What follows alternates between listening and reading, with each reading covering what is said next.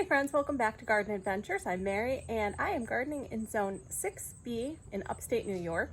I'm in Niagara Falls and it is week 12 of our Container Alley update. So these are 15-inch terracotta planters that I've potted up with sun-loving annuals. So let's take a look at how they're doing. I'll show you a picture of when I started back in May. Hopefully we have about 2 months of good growing weather left this year, and we'll just keep doing these updates until a frost takes them. But let's take a look. So container 1 is filling in again. It has petunias and a coleus that I grew from seed. The petunias are kind of spilling over. There is another container next to it that also has petunias, so just on this one, they're kind of growing together. Let me show you around the back here. There are those purple petunias that are from container 1. I turned the container when I mowed last, so yeah. So it's looking a little sparse on this side because this was the side that was back for most of the summer, so it's a little more sparse. But the baby tuck grass is doing well. There was a white knight lobularia, and I don't see it. I think it's been overtaken by the other plants. So, live and learn. Container 2 are multi-stem red geranium and a cherry bandana lantana. The lantana is gorgeous. I really do like this plant. And the red geraniums have been doing well. They've continued to just keep pushing out new blooms. They deadhead regularly. I do need to deadhead now, but they're doing really well. There was an orange kiss calibrachoa in here that didn't seem to make it. So I decided to just leave these plants and let these grow and see how they do. There are 2 of the geraniums and 1 lantana. Container 3 is a Superbena Imperial Blue, a black heart Ipomea, or a sweet potato vine, and a purple Angelonia. And the Angelonia really is kind of fizzling out. The Superbena is continuing to push out new growth. The Ipomea is great, but the Angelonia is still there, and there are blooms. It's just not as robust as the verbena. So overall I really like the look of this purple with the dark Ipomea. Although if you look next to it, there's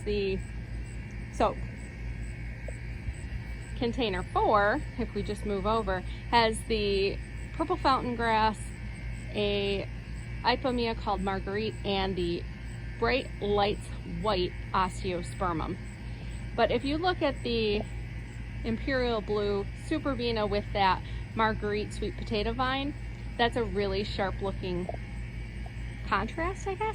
This would actually be a really cool, kind of every other pot next year. I'm really thinking about what I want to do next year already, and these 2 together have been fantastic. I really have enjoyed both of them.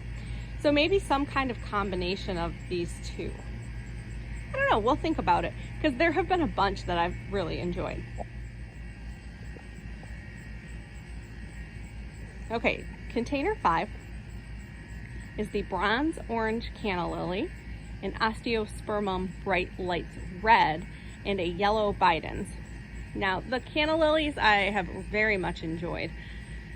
I think they have been a striking centerpiece, and I really like it. There is only 1 in here, and then I have 1 in a container at the end. But I have really enjoyed the canna lilies.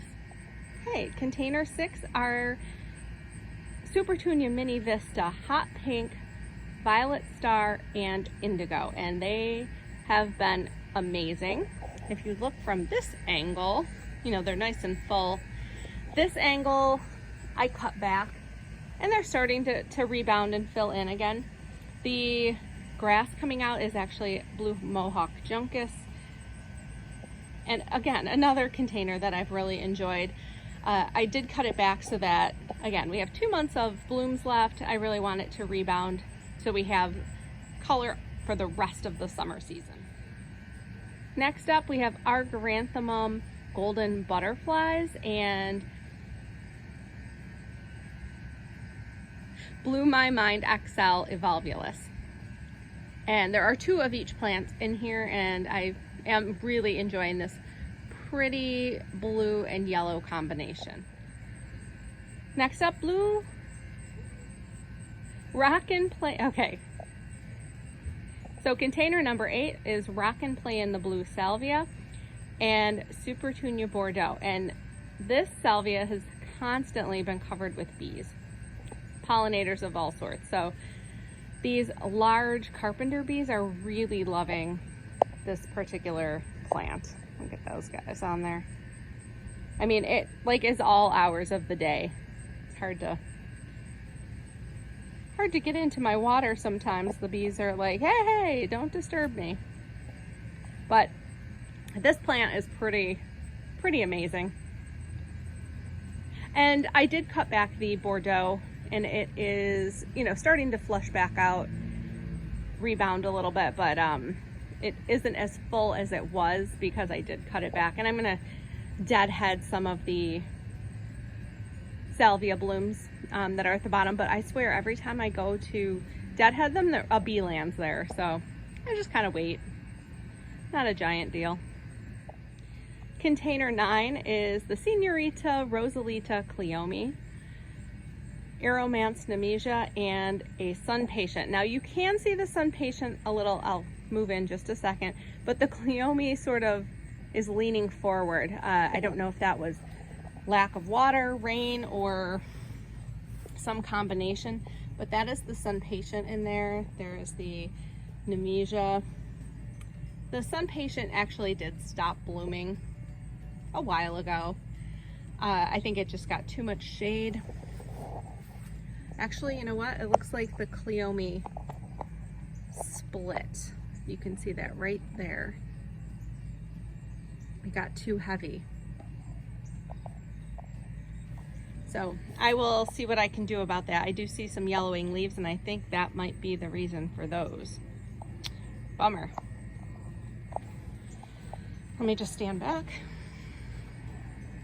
It has been the most prolific blooming container all summer.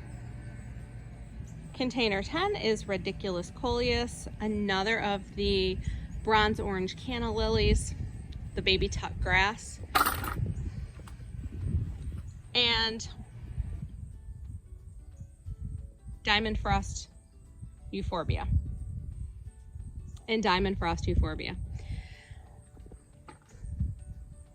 I am going to snip off part of the Ridiculous Coleus just to, you know, give everything else a little room.